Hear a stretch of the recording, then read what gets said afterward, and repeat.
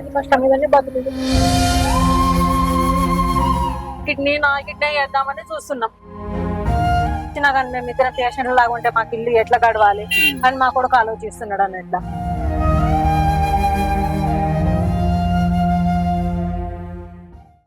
నమస్తే, welcome to Suman TV Karimnagar. నేను మీ Anil. Auto మన ఇండియాలో కొన్ని లక్షల మందికి జీవనాధారం ఈ ఆటో.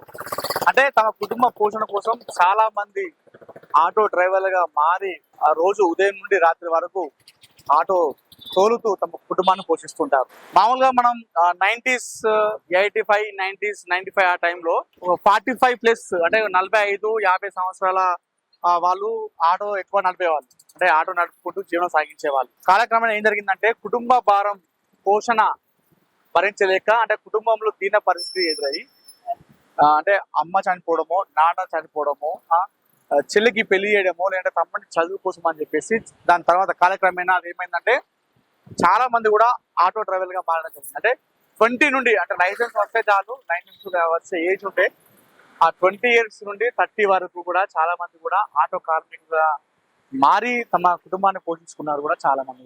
సో అంటే ఒక 20 సంవత్సరాల వయసులో ఆటో నడుపుతున్నారంటే వాళ్ళకి మన కుటుంబ పరిస్థితి మనం అర్థం చేసుకోవచ్చు ఇంత దారుణంగా ఉంటుందో. అలాంటిది ఒక మహిళ తన కుటుంబ పోషించుకోవడం కోసం ఆటో నడుపుతుందంటే ఆ మహిళ యొక్క కుటుంబ పరిస్థితి ఎంత దీనస్థితి ఉందో మనం అర్థం చేసుకోవచ్చు.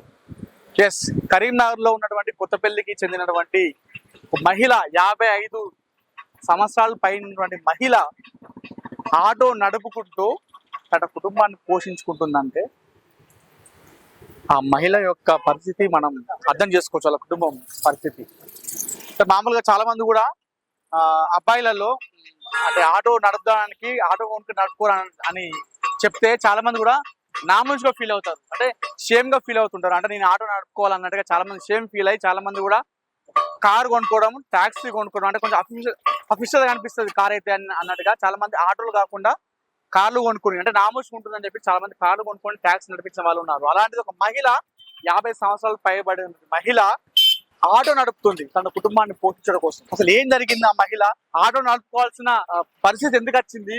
ఒక 50 సంవత్సరాల పైన, అంటే ఇంట్లో పిల్లలు ఉంటే తన శేష జీవితాన్ని ఇంట్లో హాయిగా గడుపుకోవాల్సిన మహిళ, 55 సంవత్సరాల పైబడ్డ మహిళ ఆటో నడుపుతుందంటే దాని వెనకాల ఎంత కథ ఉందని మనం అర్థం చేసుకోవచ్చు. ఎంత బాధ, ఎంత ఆవేదన ఉంటే ఆ మహిళ ఆటో నడుపుతుందని మనం అర్థం చేసుకోవచ్చు. ఒకసారి మాట్లాడదాం అమ్మతోని. ఆ అమ్మ ఎందుకు ఆటోని ఎంచుకుంది, ఆటో నడుపుతూ తన జీవితాన్ని ఎందుకు సాగిస్తుందో అమ్మతో ఒకసారి మాట్లాడదాం.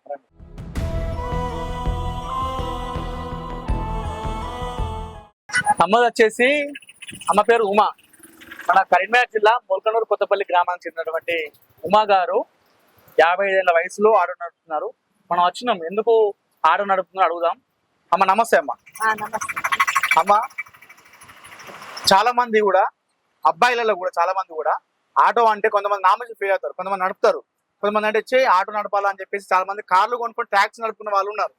కానీ ఆటో అంటే నామూజ్గా ఫీల్ అవుతారు. అలాంటి ఉన్న సమాజంలో మీరు ఒక మహిళ అయి ఉండి ఆటో నడపాల్సిన అవసరం ఏమొచ్చింది? మా వారు పిల్లలు చిన్నగా ఉన్నప్పుడే చనిపోయింది. ఓకే.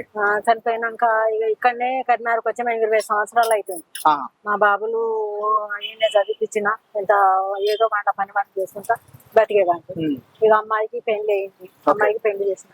పెద్ద అబ్బాయికి కూడా కట్నం లేకుండానే మ్యారేజ్ చేసుకున్నాడు. వాళ్ళు చాలా బీదోళ్ళు. వాళ్ళు కూడా వాళ్ళకు కూడా ఏం లేదు. మేమే అంటే ఇంకా మాకంటే చాలా బీదోళ్ళు. ఆమెకి 2 ఆడపిల్లలు. దాంట్లో మా అమ్మాయిని చూసి సరే అనుకుని ఏం లేకుండా కానీ పెళ్లి చేసే పరిస్థితి కూడా లేదు వాళ్ళ. పోయి తిరుపతి కాడ మామూలుగా గుళ్ళ పెళ్లి చేసుకొని వచ్చింది. 2, ఒక పాప ఒక బాబు. ఇక ఇప్పుడు 2 సంవత్సరాలు అవుతుంది మా అబ్బాయికి 2 కిడ్నీలు కదా. ఇక దాని వల్ల మాకు చాలా ఇబ్బంది అవుతుంది. ఆయననే మంచిగా చేసేవాడు పని. ఇక ఆయనకు 2 కిడ్నీలు ఖరాబ్ అయ్యి పని చేయని పరిస్థితిలో ఉన్నాం. పెద్ద అబ్బాయి. ఇక అందుకోసమని ఇక ఆటో అంతకుముందు ఎక్కువ శాతం నడవకపోయేది. మామూలుగా నడుపుకునేదాన్ని, వేరే పని చేసుకునేదాన్ని. ఇక ఇప్పుడు ఏంటంటే ఇల్లు కిరాయి 6,000 ఇల్లు కిరాయి కట్టాలి, కరెంటు బిల్లు వేరేనే, బోరు బిల్లు వేరేనే వస్తుంది. ఒక నెల లోపల లేదంటే 10,000 ఖర్చు వస్తుంది మాకు. ఇక మా బాబును నేను చేస్తే వెళ్ళేది, ఇప్పుడు వెళ్ళే పరిస్థితి లేదని ఇక ఆటో నడుపుతున్నా. ఈ ఊకే ఈ సంవత్సరం కాడికి వెళ్ళి ఊకే ఆటో నడుపుతుంటే కూడా నాకు కూర్చుండి నడుపుతుంటే కాళ్ళు మొన్నటి దాకా బాగా వాపులు వచ్చి మెల్లగా 10,000 పెట్టుకున్నా కానీ నాకు తక్కువ కాలేదు ఆరోగ్యం. ఓకే. అట్లా అయిపోయింది. ఇక ఇప్పుడు మా అబ్బాయికి కిడ్నీ వేపియాలంటే పైసలు లేవు. ఓకే. కిడ్నీ వేపియాలి, అప్పు కూడా బాగా అయింది. నాకు మెడకున్నది తీసి చేతికి పెడతారు కదా, అట్లా చేపించినాం. అట్లా 2 ఫెయిల్ అయ్యి చేతికి ఇక్కడ వేరే కాడ చేపించినా గానీ అవి పని చేయలేదు. అట్లా అప్పు అయింది. మా కొత్తపల్లి కాడ గవర్నమెంట్ ఇచ్చింది అప్పుడు, రాజశేఖర్ ఉన్నప్పుడు ఇచ్చిండి ఇల్లు. అది ఉట్టి జాగిస్తేనే మేమే కొంచెం స్లాబ్ పోసుకున్నాం, దాని మీద అప్పు తీసుకున్నాం. అది ఇప్పుడు ఎట్లా అప్పు కింద తీసేస్తాము. మాకెంత దాతలు ఎవరైనా ఉంటే, ఏమైనా సీఎం అయినా ఎవరైనా కానీ మాకు ఇంత కరీంనగర్ లోపల ఇంత ఇల్లు ఇప్పించి ఇల్లు సహాయం చేసి మా కొడుకు ఇంత కిడ్నీ కొరకు నేను ఇద్దామని చూస్తున్నా. ఇద్దామని చూస్తే మా కొడుకు ఏమంటున్నాడంటే, అమ్మ నువ్వు నేను ఇద్దరం పెట్టుకుంటే మా వెళ్ళే పరిస్థితి ఎట్లా, పిల్ల చిన్న ఇస్తా అనుకుంటున్నా కిడ్నీ నేనే ఇద్దాం అనుకుంటా. కానీ ఇచ్చినా కానీ మేము ఇద్దరం పేషెంట్ లాగా ఉంటే మాకు ఇల్లు ఎట్లా గడవాలి అని మా కొడుకు ఆలోచిస్తున్నాడు అన్నట్లా. ఇప్పుడు ఆ ఇల్లు మా కింద అప్పు కిందనే అమ్మేద్దామని చూస్తున్నాం. అప్పు బాగా అయింది. ఈ 5-6 వేలు చేసుకుంటే ఇల్లు కిరాయికి పోబట్టే అప్పు ఎట్లా దింపుతాం మేము. ఇప్పుడు 3 లక్షలు అప్పు ఉంది మాకు. డయాలిసిస్ అయినా కానీ వారంలో 2 సార్లు అది ఆరోగ్యశ్రీ కింద పోయినా కానీ ఇప్పుడు చెకప్ అనుకున్నాను కట్టినారకు హైదరాబాద్ పంపిస్తున్నాను. అటు చెకప్ అయినప్పుడు ఒక్కొక్క టెస్ట్ కు 10,000 15,000 టెస్టులు ఉన్నాయి. అట్లా టెస్టులకు పైసలు చేతికుంటానే పెట్టుకుంటున్నాం. ఇట్లా పోవుడు కిరాయిలు అంటే ఇక నిజంగా అమ్మ గోస ఎంత దారుణం అంటే, కొడుకులు అంటే ఈ వయసులో, అమ్మున్న వయసులో కొడుకులు గాని కూతురు గాని అమ్మను చూసుకుంటున్న వయసులో అమ్మ రిటర్న్ లా కొడుకు ఆరోగ్యం బాగాలేక కిడ్నీలు ఖరాబ్ అయితే ఆ కొడుకు పిల్లల కోసం అమ్మ రోడ్డు మీకు ఎక్కి కాకి డ్రెస్ వేసుకొని ఆటో నడుపుతుంది. ఇంత దారుణమైన పరిస్థితి అంటే, మరి మీరు నడుపుతున్నప్పుడు ఎన్ని సంవత్సరాలు నడుపుతున్నారా? ఇప్పుడు 6 సంవత్సరాలు. 6 సంవత్సరాల నుండి 6 ఏళ్ల నుంచి వెళ్ళి ఆటో నడుపుతున్నాం అంటే ఎంత దారుణమైన పరిస్థితి. మామూలుగా ఇప్పుడు మనం యంగ్స్టర్స్ చాలా మంది ఉంటారు, 30-40 వాళ్ళు ఉన్న వాళ్ళు కూడా ఆ ఒక వెహికల్ ట్రాక్టర్ ఆటో నడిపితే ఒక సంవత్సరం 2 years లో వాళ్ళు విపరీతమైనటువంటి నొప్పులతో చాలా మంది ఆటోను బంద్ చేసి వేరే ఫీల్డ్కి వెళ్ళిపోయిన వాళ్ళు ఉన్నారు. అలాంటిది అమ్మ తన కుటుంబ పోషణ కోసం ఇప్పటికీ 6 సంవత్సరాలుగా ఆటో రొప్పుతూనే ఉంది తన కుటుంబం కోసం. మరి బయట ఏమంటారు అమ్మ నడుపుతుంటే, ఎందుకమ్మా నడుపుతున్నాడు? కొంతమంది అడిగితే ఇట్లా మా కొడుకు కొరకు ఖరాబ్ అయినాయి, పని చేయలేకపోతున్నాడు కోసం నడుపుతున్నాను చెప్తాను. ఇక అందరు ఎవరు అడగరు, ఎక్కువ శాతము ఇక దేని కొరకు నడుపుతారు అన్నట్లు అనుకుంటారు. అంటే మీకు ఇట్లా అనిపించలేదమ్మా ఆటో నడిపితే బాగుంటుంది అని? ఒక మహిళను ఆటో నడిపితే బాగుంటుంది చూసిన వాళ్ళు కూడా నవ్వుకుంటారేమో అని ఏం అనుకోలేక? మా అబ్బాయికి అట్లే ఉంది. ఇప్పుడు మా పెద్ద అబ్బాయికి పరిస్థితి ఉన్నా కానీ ఏమనుకుంటారు, నలుగురు నువ్వు ఆటో నడిపితే వద్దు, నువ్వు నడపవద్దు అంటారు. ఇప్పుడు ఈ ఛానల్ లోపల కూడా వచ్చినా కానీ కొంచెం ఫీలింగ్ వేరేటిగా అందరు చూస్తారు, అందరు వేరేటిగా అన్నట్లు ఆయన ఉంటుంది. కానీ అందుకే కొంతమంది ఎక్కువ అడిగినా గానీ నేను ఇట్లా మాట్లాడలేకపోతున్నాను. తప్పేది చేయట్లేదమ్మా, ఇది ఏమైతుంది మనకేం నాముర్ద పని ఏమున్నది అనేసి నేను అంటా మా అబ్బాయి తోటి. ఆయన అట్లా అంటాడు, వచ్చేది ఏమున్నది మనకు అట్లా నడిపితే అందరు వేరేటిగా అనుకుంటారు. ఏదైనా పని చేయమంటే మా అబ్బాయికి ఆరోగ్యం బాగాలేకుంటే హాస్పిటల్ చేసుకుంటా అట్లా నడిపేదాన్ని. ఇప్పుడు 1 నెల రోజుల దాకా ఆయన పట్టుకొని తిరుగుడు చేస్తాడు. ఎవరకు మా అంటే 2 రోజులు 3 రోజులు సెలవులు ఇస్తారు, ఎక్కువ రోజులు అయితే ఇవ్వరు కదా. వాళ్ళకి తీసేసిండు అన్నట్లు వేరే వాళ్ళని పెట్టుకున్నారు. ఇప్పుడు పూర్తిగా దీని మీద ఆధారపడి కూడా. అంటే అమ్మ వాళ్ళ భర్త చనిపోవడంతో తన జీవనాధారం ఆటోనే కాబట్టి అదే ఆటోను నడుపుకుంటూ తన కుటుంబాన్ని పోషిస్తుంది ఉమమ్మ గారు.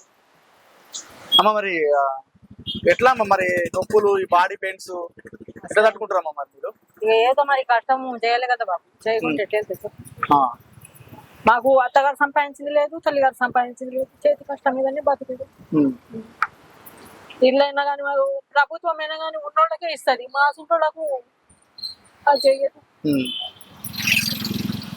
జీవనధారలో కూడా కిడ్నీ కొరకు పెట్టినాం. మా అబ్బాయికి కిడ్నీ వస్తాం ఇప్పుడు సంవత్సరం అవుతుంది, దాని కొరకు కూడా ఏం లేదు. మా అబ్బాయికి అందరికి పింఛన్ ఇస్తున్నారంట ఇట్లా డయాలిసిస్ వాళ్ళకు. ఆ పింఛన్ కొరకు కూడా అప్లై చేసినాం, దాన్ని కూడా మళ్ళీ ఏమీ అది కాలేదు. ఇప్పుడు మీకు ఏం కావాలని కోరుకుంటారా చెప్పండి? మాకు ఇంత కన్నర్లో ఇల్లు ఇచ్చినా గానీ నా ఏమనుకొని చూస్తున్నాం. మా కాడ ఇల్లు ఉన్నా గానీ అప్పు కిందనే పోతుంది. అప్పు ఇక అమ్ముదామని చూస్తున్నాం అన్నట్టు పోతే మీరు పోయొచ్చిన ఆటోకే ఛార్జీలు అయిపోతాయి, బస్ ఛార్జ్ అయిపోతాయి. ఇక మా వానికి రోజు ఇక్కడికి డైలాస్ వాళ్ళు ఎప్పుడు బెడ్ కావాలంటే అప్పుడే పిలుస్తున్నారు. ఇప్పుడు నేను ఆటో నడుపుకొని పోయినా గానీ ఫోన్ చేస్తాడు వెంటనే. ఇక వాళ్ళ భార్య ఇన్ని రోజులు ఇంట్లో ఉండే మామూలుగా జాకెట్లు వస్తే కుట్టేది, అసలు ఆమె కూడా ఒక షాప్ లో చేస్తుంది. చిన్న పిల్లలు ఇద్దరు ఉన్నారు. అమ్మాయికి 11 సంవత్సరాలు ఉంటది, అబ్బాయికి 8 సంవత్సరాలు ఉంటాయి, చిన్నోళ్ళే. మా అబ్బాయి ఏజ్ కూడా చిన్నది, 30 సంవత్సరాలు ఉంటాడు కావచ్చు, 30-35 ఉంటాడు. ఆయన ఏజ్ కూడా బాగానే. పిల్లలు కూడా ఇంకా వాళ్ళకు నేనన్నా అన్ని చూసినా గానీ వాడు పిల్లల కొరకు ఏం చూసిండు, అది కొంచెం బాగా చిన్న వయసు. డాక్టర్లు ఏమన్నంటే లివర్ మీద కూడా ఎఫెక్ట్ పడ్డది అనుకోనని అంటున్నారు. అందుకోసమని ఏదైనా చేసి నా కిడ్నీ వేద్దామని చూస్తున్నాం. వేరే కొనాలంటే ఒక్కొక్కరు కొని వేసుకున్నారంట. కిడ్నీ తీసుకుంటే 20 లక్షలు 10 లక్షలు అవుతుందంట. అంత పెట్టుకుని అంత సోమత లేదు. ఈ 5-6 నా కిడ్నీ ఇచ్చినా గానీ 5-6 లక్షలు కావాలి. నా కిడ్నీ ఇచ్చినా గానీ అదే ఆలోచిస్తున్నాం. అమ్మ నువ్వు ఇచ్చి నేను ఇద్దరం పెట్టుకుంటే ఎట్లా వెళ్ళాలి ఇల్లుకి తినడానికి అది ఇది అని మా అబ్బాయి అంటున్నాడు. అదే చూస్తున్నాం, అందుకే ఆలోచిస్తున్నాం. ఇప్పుడు ఈ ఆటో నడుపుతున్న బయట ఎవరి వల్ల మీకు ఇబ్బంది కాలేమా? ఆటోలో ఏంటి అని చెప్పేసి అట్లా అన్నారు, ఎప్పుడన్నా ఇబ్బంది కలిగిందా? ఇబ్బంది ఏం లేదు కానీ ఇట్లా అడ్డాలు నా కాడ ఎక్కించుకుంటే నాట మన అశోక్ నగర్ ఆడ ఎక్కించుకుంటే నేను ఏమైనా అడ్డ మీద ఉండా మహిళ ఉట్టిగా ఆడ కూర్చుంటే నడుపుడే కష్టం అంటే ఆడ పెట్టుకుని ఉంటే ఇంకా వేరేటి ఉంటదని రన్నింగ్ తిరుగుతుంటా నేను. అక్కడ అడ్డకాడ పెడితే కొంచెం ఇబ్బంది పెడతారు అంతేనా? ఇబ్బంది పెట్టారని గుండాను, ఎందుకంటే వేరేటిగా చూసే వాళ్ళకి అంత మంచిగా ఉండదు కదా.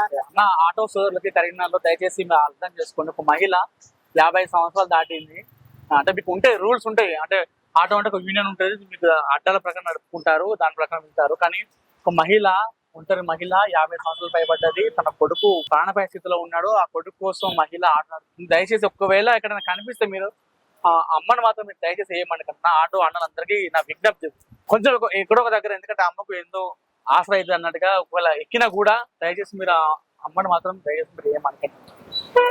మీరు మొత్తానికి అయితే ప్రభుత్వం నుండి కోరుకుంటున్నారు ఏదైనా సహాయం మీ కొడుకుకి కిడ్నీ ప్రాబ్లం కాబట్టి కొంచెం ఎవరైనా ఇస్తే బాగుంటుంది, ప్రభుత్వం తరఫున సహాయం చేస్తే అని అనుకుంటారు. అంతేనమ్మా? ఇంకేమైనా ఉందా? అదేనా? అదే కానీ మాకు ఇల్లు ఇచ్చిన మంచిగా చూసిన, ఎందుకంటే ఆడ ఉండి అక్కడ మాకేం లేదు. మా కొత్తపల్లి కాడ కూడా అది అప్పుడు అక్కడనే పని చేసుకుంటా బతుకు. అక్కడ ఒక ఫ్యాక్టరీ ఉండే చేసేదాన్ని అంట, మా ఆయిల్ ఫ్యాక్టరీ ఉండే అన్నట్టు చేసేదాన్ని. అది బంద్ అయిన తర్వాత కరీంనగర్కి వచ్చేసిన అన్నట్ల. రెండో పని కూడా నాకు ఎక్కువ శాతం ఏం రాదు అనేసి ఇక ఇక్కడికి వచ్చి హాస్పిటల్లో చేసేదాన్ని. హాస్పిటల్లో చేసుకుంటే అట్లనే 2 రోజులు కాలం గడిపినాము. ఇక ఈ హాస్పిటల్లో మా బిడ్డ డెలివరీ అయితే అటు ఇటు పోకూడదంటే వేరే కాడ చేస్తే ఏముందంటే ఎటు బిడ్డకు చేసేవాళ్ళు ఎవరు లేరు.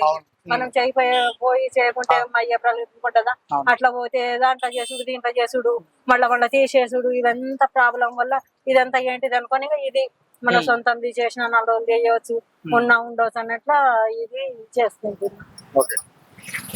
కానీ దీని మీద ఇల్లు కష్టం ఉంది. గవర్నమెంట్ జాబ్ కూడా ఉంటే కొంచెం దయచేసి మాకు ఇంత ఇల్లు మందం ఇచ్చినా చాలు, మామూలుగా ఏ పని చేసుకున్నా కానీ మాది మాకుంటుందని ఆలోచిస్తున్నాము. ఒకటి మరి ఏమంతా మాకు ఇవ్వకుండా కానీ గవర్నమెంట్ ఇంత ఇల్లు కరీంనగర్లో ఇల్లు సాయం చేసిందంటే అంతే చాలు అనుకుంటున్నాం. అదొకటి చెయ్యండి. కుటుంబం కోసం శేష జీవితాన్ని ప్రశాంతంగా గడపకుండా కుటుంబం కోసం రాత్రింబవళ్ళు ఆటో నడుపుతూ కష్టపడుతున్న ఉమ్మమ్మకు సుమన్ టీవీ సెల్యూట్ చేస్తూ దయచేసి ప్రభుత్వాలు ఇలాంటి వారి పైన కొంచెం దయ చూపించాలనుకుంటున్నాను. ఎందుకంటే ఒక మహిళ భర్త చనిపోతే ఆధారం ఏం లేక కుటుంబ పెట్టుదిక్కు లేకపోతే తన భర్త నడిపిన ఆటోని నడుపుకుంటూ కుటుంబాన్ని పోషిస్తుంది. ఈ సమయంలో కొడుకుకు కిడ్నీలు ఖరాబ్ అయిపోయి అతను 2 కిడ్నీలు ఖరాబ్ అయిపోతే తనకు ప్రాణాపాయ స్థితిలో డయాలసిస్ చేసుకోవాలి ప్రతి వారం. అది చేసుకోవడానికి డబ్బులు లేక తీన స్థితిలో ఆ కుటుంబం కొట్టుమిట్టాడుతుంది. దయచేసి ప్రభుత్వం కొంచెం ఇలాంటి వారిపైన కొంచెం శ్రద్ధ చూపి ఎంతో కొంత సహాయం చేయాలని కోరుతున్నాను. అలాగే అమ్మకు ఒకవేళ సహాయం చేయాలనుకునే వారు ఉంటే అమ్మ సంబంధించినటువంటి వివరాలు మీకు కింద యూట్యూబ్ డిస్క్రిప్షన్ లో ఇస్తాము. అమ్మ ఫోన్ నెంబర్ కానీ ఫోన్ పే కానీ గూగుల్ పే కానీ నెంబర్ ఇస్తాము. ఎవరైనా దాతలు అంటే అమ్మ కష్టం మీకు చూసి ఇబ్బందిగా అనిపిస్తే ఎవరైనా దాతలు ఉంటే కూడా ముందుకు వచ్చి ఆ అమ్మ నెంబర్ కొంచెం సహాయం చేయాల్సిందిగా అనుకుంటున్నాను.